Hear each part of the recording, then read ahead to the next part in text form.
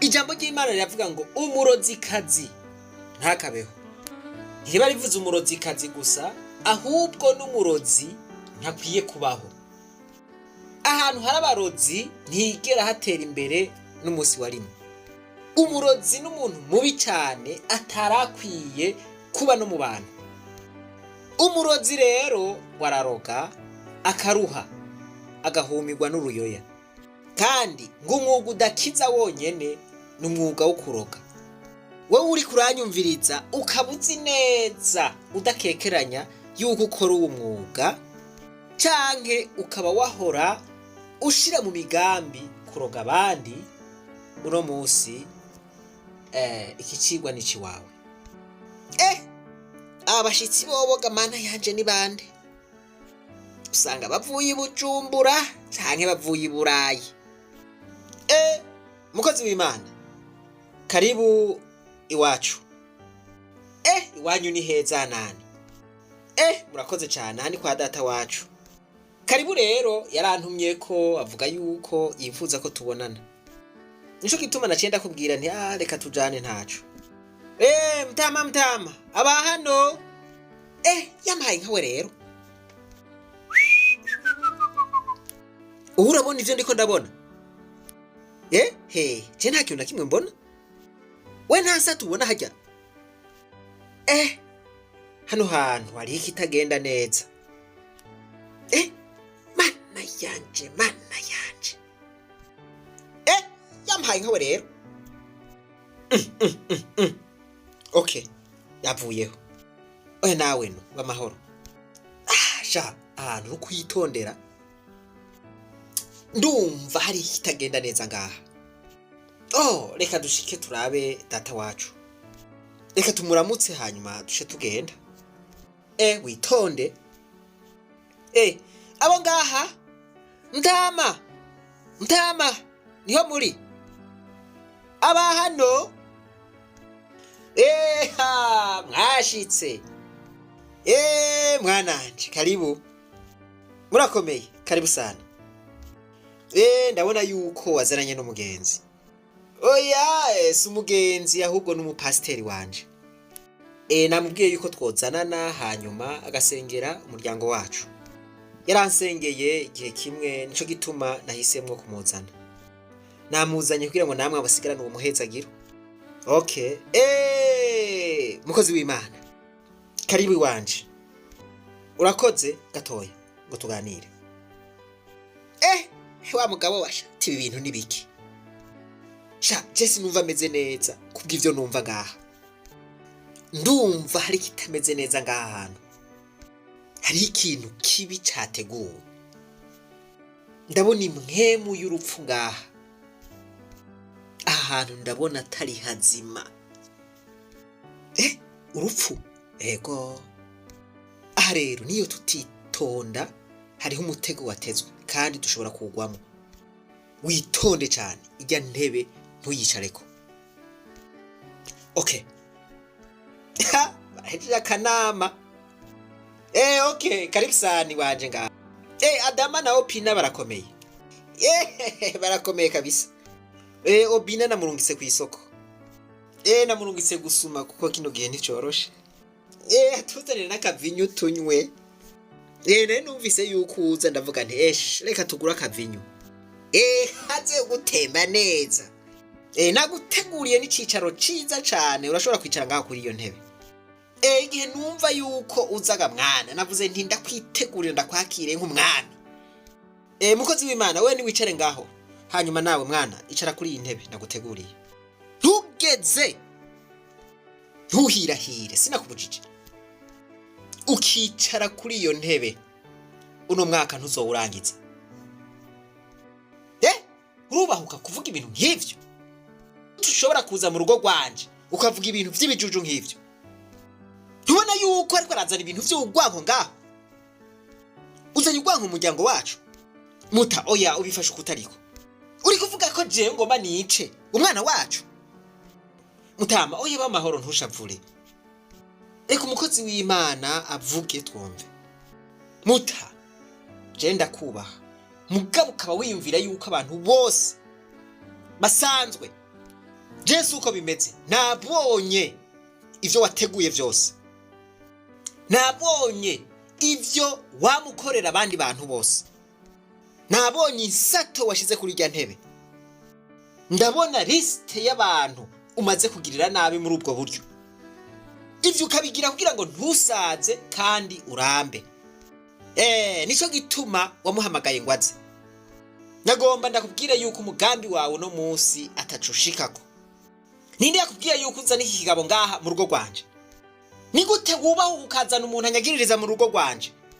Mutama, umukozi w'Imana ariko aravuga, kandi ivyo ariko aravuga nubiha agaciro.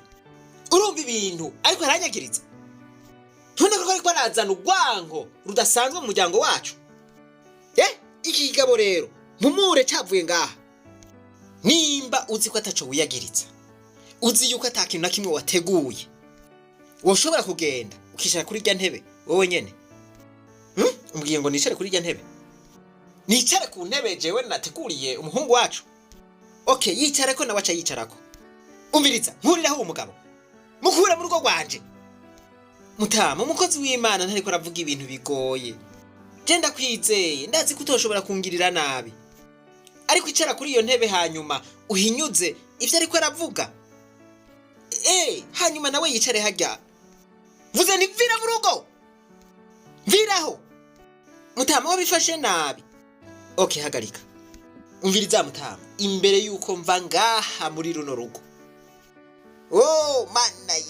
Mana yanje. Sinshobora kuva ngaha muri runo rugo ntasambuye ivyo wateguye vyose. Mw'izina rya Yesu Kristo, ndasenze ng'umuriro uvuye mw'ijuru umanuke uturire ibi bintu biri ngaha mw'izina rya Yesu Kristo.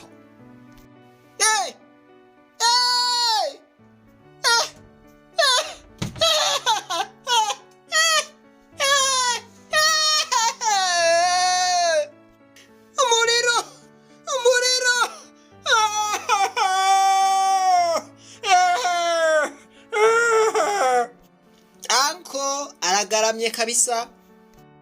Basha ngurucira mu kaso rugatwara nyoko, eka mbere ntirutwara nyoko, ruhitana wewe nyene.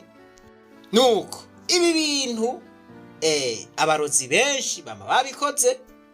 Urabatanga amasumu akakuregera utabona, agashiramwe isumu mu ndya agomba urye canke mu nzoga, agashira uburozi mu muryango aho uca, agashira uburozi aho wicara, agashira uburozi kuri mikrofone. Umuntu wese akora ivyo n'umurozi. Bibiliya ivuga ngo uwo muntu ntakabeho. Mu yandi majambo, umuntu bishitse agafatanwa itonga ry'uburozi, aho nta bindi bintu biba bikwiye, yategerezwa guca acirigwa urubanza rw'ikibiriraho. Mbere mu bihugu bagifise amategeko yo kunyonga abantu, umuntu nk'uyu yategerezwa guca anyongwa. Ariko utiriwe uranamunyonga, iyo nzoga yateguye agashiramwe uburozi yimunyweshe, ivyo vyo kurya yashizemwe uburozi bimurishe, iyo ntebe yashizeko ibintu bishobora kwica abandi nayicaremwo. Uwicisha inkota nawe azokwicishwa inkota, uwicisha uburozi nawe buzomuhitana. Nivyo woroga abantu ugasubira ukaroga, mugabo umunsi umwe ntibizohereraho, wewe nyene uzosanga wiroze canke ufatwe. Nibaza yuko wateguye ikintu cica abandi, ukagishira mu ndya, ukagishira mu kinyobwa canke ukagishira aho bicara. Nibaza yuko nawe bakiguhaye ugifungure canke ukinywe, canke bakakubwira ati icara aho hantu, nawe nibaza yuko batoba bakurenganije na gatoya. None wewe wagomba urenganya abandi abari bo bapfa. Nawe ntupfe. Ni vyiza rero guca wishira mu kibanza c'abandi. Voilà. Umurozi canke umurozikazi ntakabeho, nuwo gupfa. Voilà, iyo ni Bibiliya ibivuga, sije bivuga. Wewe rero uri kuranyumviriza, ukaba wahora ukora ibi bintu, canke ukaba wari ufise imigambi yo gukora bino bintu, kwica abandi ukoresheje uburozi, wihane hakiri kare. Ivyo ugomba gukorera abandi nawe witegure umwanya wari wo wose, uko ugomba ugirira abandi nivyo bizokubako, niko nawe uzogirirwa kandi uteko uhasige ubuzima. Uwo mugabo murabona yahora agandagura abandi akibaza yuko biheze. Aha rero naho yari yateguriye akantu umuhungu wabo, murabona ingene birangiye. Umuntu aroga abandi aba ari umunyeshari, aba ari umunyenzigo, aba ari umunyakibi, aba ari umukozi wa shetani, nahapfa arangurura mu muriro kwa shetani. Abantu rero sico kimwe, wirinde rero, mbere wihane bigishoboka ko wihana, kuko uzohava uja kuyora amazi aza yasesetse. Umurozi canke umurozikazi ntakabeho. Munyumve neza, simvuze ngo uwo mwinuba ko ari umurozi muce bumwica canke ngo mwihanire, oya. Mugabo Imana imwanse agafatanwa itonga, agafatanwa ubwo burozi, ariko arabushira mu ndya canke mu kinyobwa canke ariko arabushira ahandi hantu, nawe naburye ko yumve ko buryoshe wamaye inka. Voilà. Abandi abayateguriye akantu kameze neza, nawe agahonje kamutembe neza. Voilà. Nuko gukorera ikibi abandi, gutegurira ikibi abandi, urashobora kwihenda ugasanga ico kibi niwe gitwaye. Karatsinda bavuga ngo urucira mu kaso rugatwara nyoko. Ntirutwara nyoko, ahubwo rushobora gutwara wewe nyene. Sije no hohera abarozi bose canke abantu bafise imipango y'ukuroga abandi. Umwuga wonyene udakiza n'umwuga w'ukuroga. Mwibuke kugira subscribe kuri chaîne y'ishure ry'abarundi bose. Reka twibananize urugendo rero, maze tugaruze umunezero Satani yatunyaze. Umuntu atarashika mu ishure ry'abarundi bose turamuhaye kazi.